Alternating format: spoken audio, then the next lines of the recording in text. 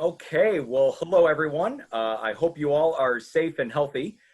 Thank you for joining us for this lively and engaging MBA student panel discussion. We have with us two of our esteemed studious students in our MBA program. I'll introduce them here in a minute, but for those of you who may not know me, my name is Mcclure. I'm the Executive Director of the MBA program at Ashland University. I'd like to introduce two of my esteemed colleagues and coworkers and friends and staff. To my left is Jacob Moss. Jake is one of our recruiter advisors. And Jake, do you want to say a few words? Just excited to be answering your questions today. So we look forward to sharing both some student perspectives as well as from our team. I'm a program alum myself, and so I've been working with the program now for almost 2 years, and so we're just really excited to get some information out to you all. We had some people submit questions that we'll be kind of moderating throughout our time together today, and then hopefully anything that comes up as points of interest, we're excited to share with you today as well. Thanks, Jake. And then directly beneath him is my other coworker and colleague, Jenny. Jenny, do you want to say a few words? Hi, yeah, similar to Jake, I'm also an alumni of the program, so thanks for joining us, and we are excited to help answer any questions you have. So if any of you were doubting that you may not be able to survive our MBA program, we have two survivors here who also work in the MBA program, and again, I'm very proud of them and all the work that they do for all of our students in terms of all their recruiting and advising responsibilities. So with that, directly beneath me is one of our, he's not only an MBA student, he's also a student worker in our MBA program's office, Cody. Cody, would you like to say a few words? Yeah, hi. I joined the program officially last fall. I also completed my undergraduate degree here at AU. So I've been here for, gosh, it's been four years now. I've been at the university, love it. Love the MBA program even more. I'm glad I'm a part of it. And he is an unpaid sponsor of the MBA program. Actually, all of us are, actually. And then directly beneath Jenny is one of our other students currently in the program, Cooper. Cooper, would you like to say a few words? Sure. So I joined the MBA program last fall. I'm wrapping up at the end of June, so looking forward to wrapping up the 1-year program. I went to Baldwin Wallace for undergrad, but I actually grew up in Ashland. My mom teaches at AU, so pretty familiar with the university, and looking forward to answering any questions you have. Thanks. So for those of you who have joined us, you can certainly use the chat function. You can certainly unmute yourself and ask a question, whatever you feel more comfortable with. We'd also like to hear from you. If you wouldn't mind maybe using the chat function, just type out your name, who you are, why you're interested in an MBA program, and maybe what program you would be looking at or considering if you are familiar with that. We'd be happy to take a look at that and get to know you a little bit better now that you've heard a little bit about all of us. So what I would like to do right now is start off by just saying that some of the questions that we commonly get, and this is really directed more towards Cody and Cooper, if you could chime in with your opinions on this. Right now, you know, both of you began the program last year, roughly, you know, just to give a time frame or a time perspective. Obviously, this time last year, things were quite a bit different. We weren't in the midst of a global pandemic or an economic situation or anything along those lines. Nevertheless, you both have stuck it out in the MBA program, continued moving forward. You both are nearing graduation, maybe, just kidding. So what I would like to do, because I'm sure Jake and Jenny and I know myself, we receive a lot of questions, you know, in terms of from students, hey, is now the right time to get an MBA program? I'm worried about, you know, the current situation with my job. I'm worried about finances and flexibility and things of that nature. And both of you are from two different options that we do offer. We'll talk about that here in a second. But if you were talking to maybe one of your friends or a family member interested in an MBA program, what would be your advice in terms of starting an MBA program, meaning now or putting it off? And Cody, I'll let you go first. I would definitely, now would be the right time to do it. I think, with the current situation that's going on, there's more time now to spend on your studies being at home if you're working from home. So from that aspect, I think it's a great time to start getting your MBA. In terms of the workforce, it's a great way to excel yourself forward in your career, especially if you're if you feel like you're at the top of where you can go with your current degree. Now is the perfect time to do it. Cooper, what about your perspective? Thanks, Cody. Cooper, what about your perspective? Yeah, I think that, we're all busy and we all, are working, a lot of hours per week. So kind of piggybacking off what Cody said, it's, there's probably never going to be the perfect time to start, your MBA. And, why not start it now when you do, maybe you do have a little bit more downtime, on your hands. You're not, you're not as busy. You're not really able to do anything else other than, study and hopefully pass your classes. But I would say that from my perspective, that, work was busy for me when I started. It's still busy now. And I've been able to manage it throughout the last year or so. Thanks. And so Cody, I'd like to shift it now to both Jake and Jenny. Again, you guys are MBA alums. I know we all believe, of course, right now is the time for someone to get an MBA program. There's no time that is better. In terms, the rebound is going to happen.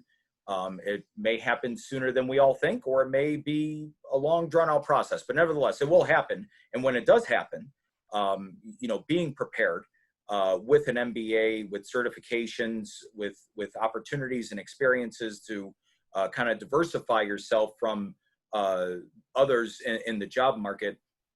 Your thoughts on reflecting back to when you were looking into Ashland's MBA program and why you chose when you did to come in and get your MBA degree, and maybe relate your thoughts on when you chose to do it with what's currently going on right now. Jake, if you wouldn't mind going first. Sure. I definitely think kind of hitting on two key points, one that Cody made and one that Cooper made, is that I think there's a lot of opportunities, especially for me. I definitely, out of my undergrad, I worked for a little bit, but then wanted to go back to grad school, wanted to excel my career. And to Coop's point, there's maybe never the absolute perfect time, but it definitely seemed that even though I was working, opportunities presented themselves, and it seemed like there were, of all the options to wait to do it, I started actually part-time and really enjoyed the classes. I found that they were more manageable than I was expecting. Once I kind of had a grasp or an understanding of what the commitment actually looked like, I was able to just continue forward then, and then actually went to a full-time status, even though I was working full-time as well. Finished my program just over a year. So I definitely think the future opportunities that the degree presents, paired with, to Cooper's point, eventually I just I started really slow, one class at a time for the first semester in the program, and really realized how manageable it was, and just committed to really diving in. Jenny? Sorry. Similar to what everyone else has said, I think something that sets our program apart is the flexibility. You're able to take classes online, you're able to take them in person, a hybrid format. You can slow the program down if you have other obligations that come up, or you can speed it up and finish in a year if you're just trying to, get in and get out, and that's totally fine as well. For myself, I kind of was at a slower pace, like Jake was. I took online classes mostly, which was an adjustment going from undergrad where you're face-to-face to online, but there's resources available to help you kind of make those adjustments. And yeah, that's what I have. Thank you. I think another thing that, again, Jake and Jenny and myself get hit hard on are specializations, right? Or elective classes and the different options. As Jenny was mentioning, all the flexibility that we have with our program, over 11 plus specializations, mix and match, custom specializations, things of that nature. So Cody, what specialization are you pursuing, and why are you choosing, or what I guess what led you to choose that specific specialization? I think I've narrowed it down and decided to go with project management as my specialization. You know, I originally came into the program wanting to do human resource management, but I spoke to, you know, Jenny, Jake, and you about what you thought would be the best road, road for me to go down. And I kind of ultimately decided on project management because it fits more of, what I want to do in the future. And it's not to say it's broad, but it's, I don't know, it generally fits what I can envision myself doing for the future. Cooper, what about you? So I decided to do just the general MBA. However, my electives, I chose to do 2 healthcare classes. I work at the Cleveland Clinic, so those were kind of right up my alley with, they were like healthcare management courses. Not a paid sponsor, just saying. Yeah. So it just, the flexibility that still to, be able to do the 2 trips as my 2 other electives, and then to do 2 healthcare classes that, maybe I didn't specialize in healthcare, but I still got a flavor of what the healthcare specialization was. Really just was really perfect for me. Thanks. And then Cody, I want to go back to you because I think you said something important for our prospective students to know and understand that I think Jake and Jenny and myself seem to field a lot of questions on.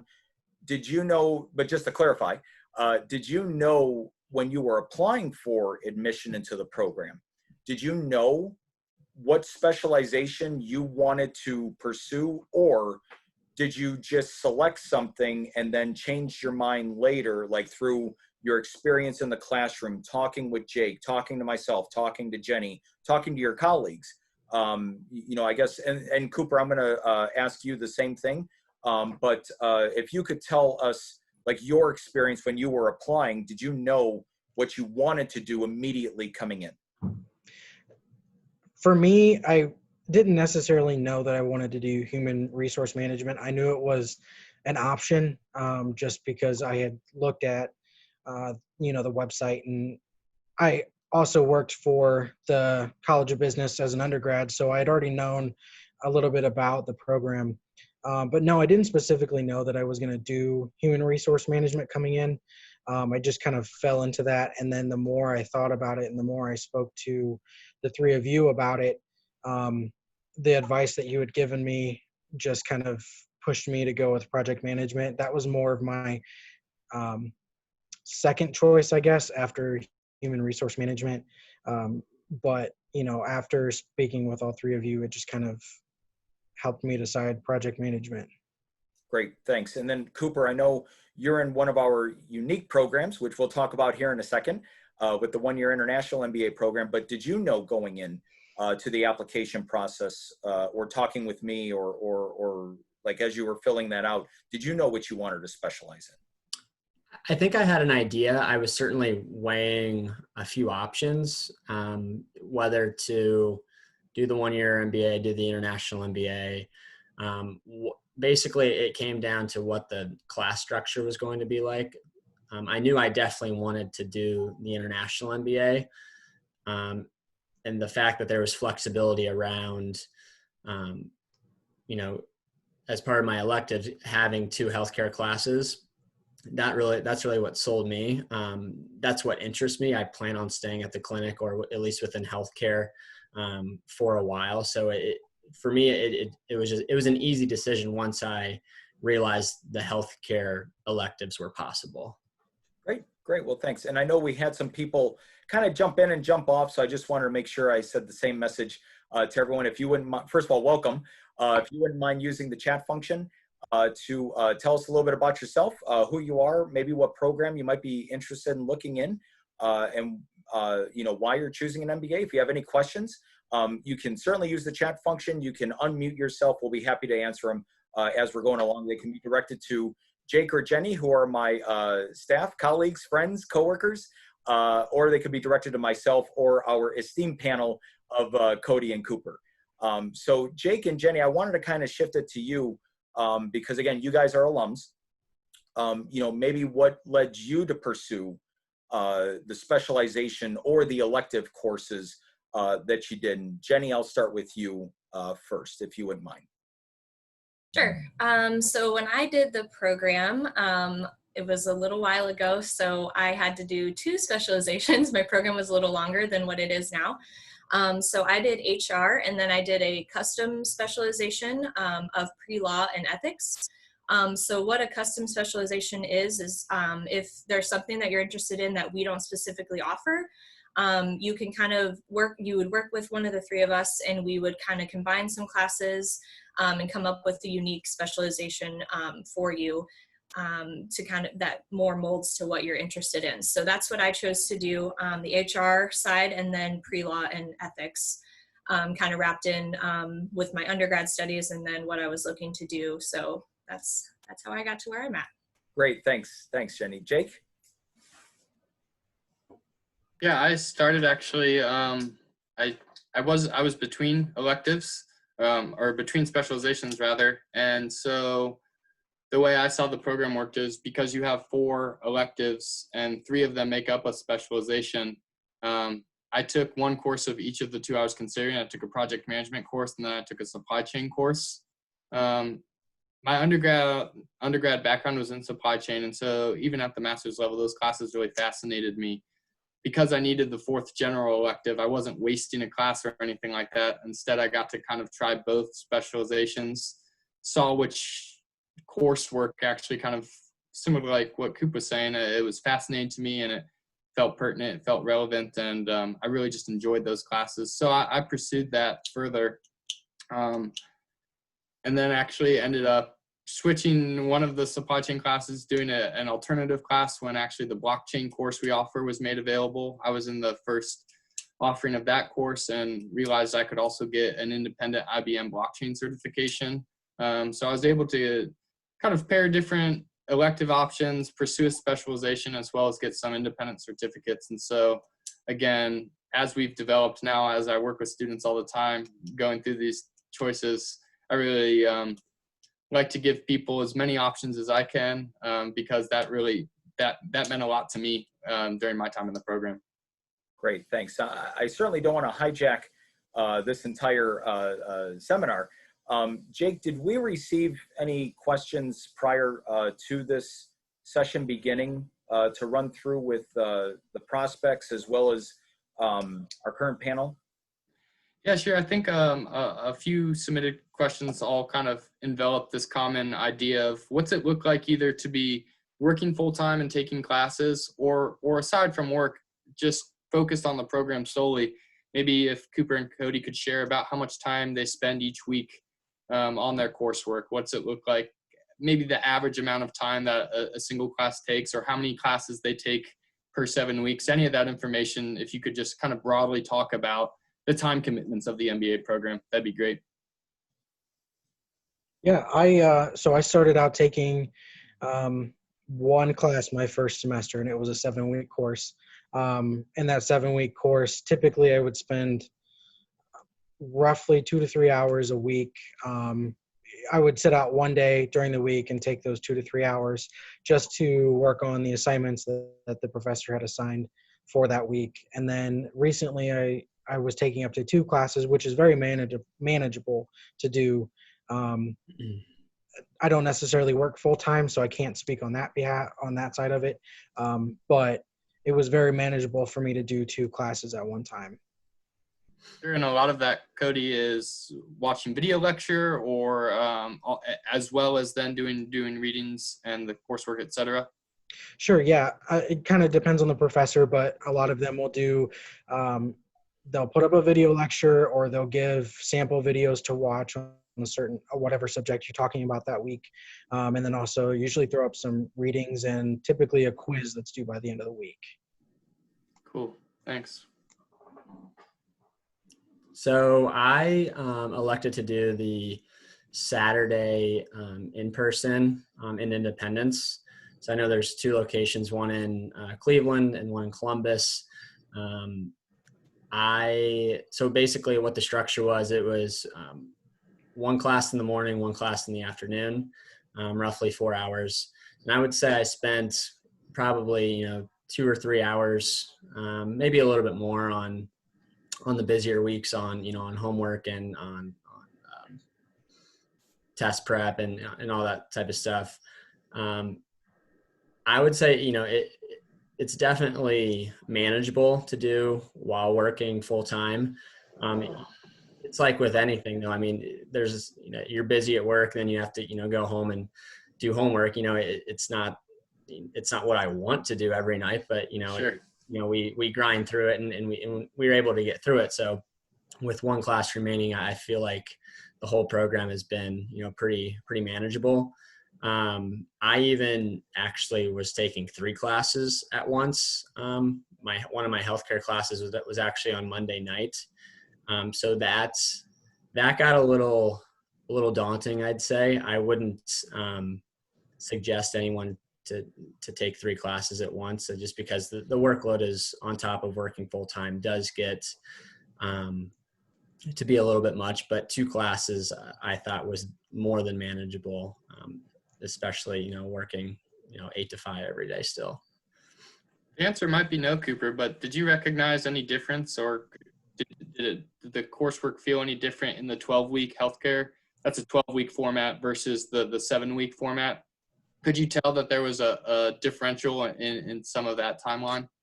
I would say it was just different. We Okay. ended up, getting through all the material. It was, the Saturdays were certainly long days, and it can be a lot to take in, but as long as you're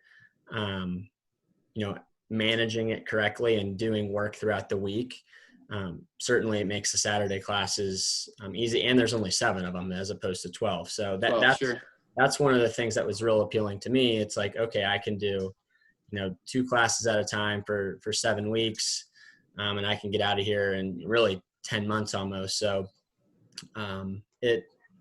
they're just different. So I guess I can kind of speak to that too. I started in class on Saturdays.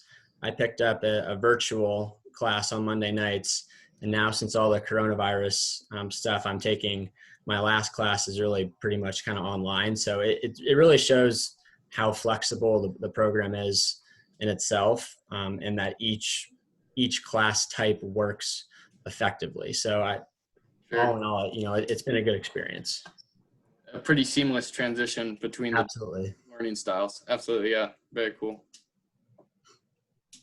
Jenny, could you maybe even talk to Jenny? You work with a lot of the students from the Columbus Center.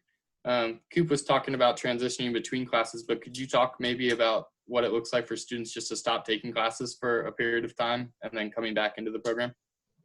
Yeah, so for students who are in the one-year international program in Cleveland or Columbus, it's going to be an adjustment. Your whole Saturday is in class. So we have students who start off taking, the morning class and the afternoon class, and things come up. They, family life, work life, they want to scale it back. So that's perfectly fine. You would just work with one of us. You could scale back to just 1 class for a certain time of the year, and then maybe later you want to pick up 2 classes. It's pretty flexible with whatever best fits your lifestyle. So that's definitely a benefit. Cooper, I was going to ask you if you could elaborate on your cohort style of learning and how that goes. If you guys do group projects together, how many people are in your class, just kind of how that feel is. Yeah, so the cohort style was actually really cool. I really enjoyed it because you really got to know the other people that were in your class, because for the most parts, at least for your core classes, you were in the same, or you were in the class with the same people. So when it comes to, project work, it's almost like, I would say working in the real world where, you have a team and you work with, the same members of your team, day in and day out. And that's kind of what the feel was, with the cohorts. Like, okay, I know who's going to be in class, whether I'm in operations management or supply chain management or financial management. It's like, I know, I know who I can leverage for certain areas, because that's the other great part. I came from finance. I was one of the only financial people in my class. We had supply chain people. We had people that worked in HR. So you're able to leverage just all different types of backgrounds and people. And, I would say that I learned just as much from them as I did from the content in the class. Oh, great. Thank you for all your feedback and experiences. I think just so that we kind of talk about all of the options we do have available, I know we've spent a little bit of time right now in the one-year international. Again, 2 locations, Cleveland and Columbus. We also have Cody currently in our traditional MBA program, of which we offer in-lecture, evening, online, weekend even. If you were living in Cleveland and you didn't want to take a fully online course, but you didn't want to, or you couldn't commute to Ashland, you could certainly still join one of the Cleveland sections. Same for Columbus, down in that area. We have 1-year online programs as well. So we have virtual classes now, obviously, given the current situation right now. We are not doing lecture classes for this summer for obvious reasons, the health and safety of our students and our faculty. But hopefully come fall, we will be back in the classroom ready to go. And if not, we are ready to go in a virtual format, just as we have 2 survivors right now who have, survived or are surviving rather this virtual kind of transition. I'd like to go back to some of the questions that Jake had received and some of the points that Jenny had brought up regarding virtual learning, shifting, cohort model. How has all of these changes that have occurred recently impacted your experiences in the program? And I'll start with Cody on that one. It's definitely been interesting, to say the least. I went from an in-person class that was supposed to span the whole spring semester to coming back from spring break and not having class again in person. So it's been an interesting time, to say the least. We were supposed to have presentations that were going on for case studies in the class, but obviously those couldn't happen. So we went to a virtual format, and we were just given a presentation, and the case studies were due throughout the week. So it was definitely interesting, and it's something that I never thought would happen, but it's something that I can say will shape me better for the future, because I know that I can change with what's going on. Great, thanks, Cody. Cooper? Yeah, so I think being in a virtual class before helps with this experience. I've gone through it. I know what's I know what the feel is. I will say that I hadn't gone through a virtual class with my cohort, so that's a little different.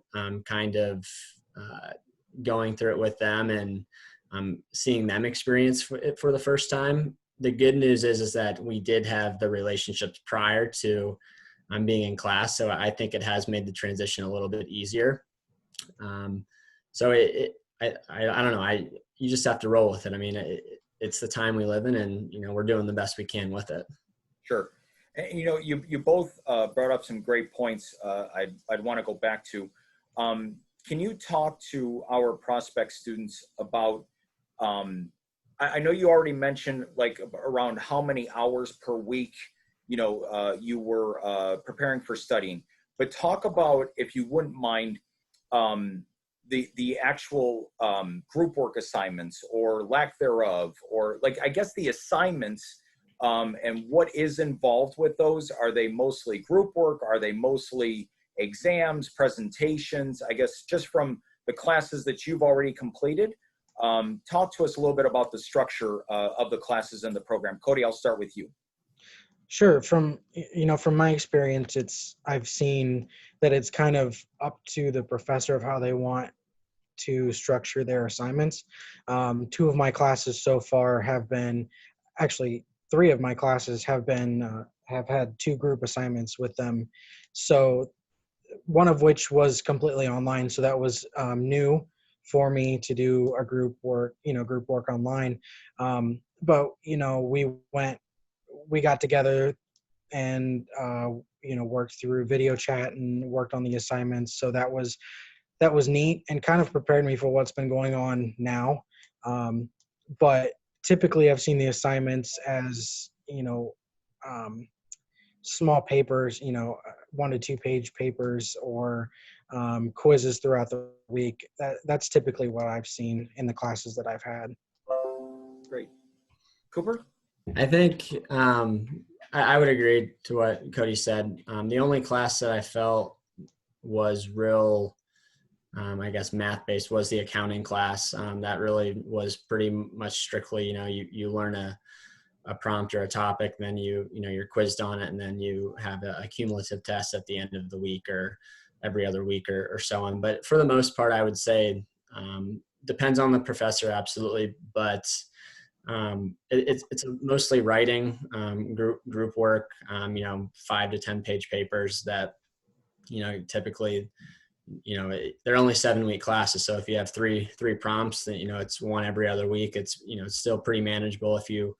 If you are in a group, you break it up, a couple different ways, and it, becomes maybe a 2 or 3 page paper that you have to write in 2 weeks. So I think, as long as, your group is working together and working well, then certainly it's for at least the class I've been, it's been mostly writing. Good. Okay, well, thanks. Well, we certainly don't want to make this all about us talking. We certainly welcome any questions or comments from any of our prospective students. Again, feel free to either unmute yourself or use the chat function. We are currently accepting applications for all of our entry points. We have 6 per year. The next one coming up right now is on July 6th. We have one in August 31st. We have one in October. We have one in January, one in March, and one in May of every year. We are offering everyone GMAT, GRE waivers, and application fee waivers due to the current situation we find ourselves in. Financial aid is available for all of our programs. 1 year online, 1 year international, hybrid, Saturday only, evening, weekend, part-time, full-time, traditional, whatever of that menu I forgot. Whatever you would need help with, we are certainly here to help you. I also invite you to connect with all of us on LinkedIn. Certainly follow our MBA social media channels.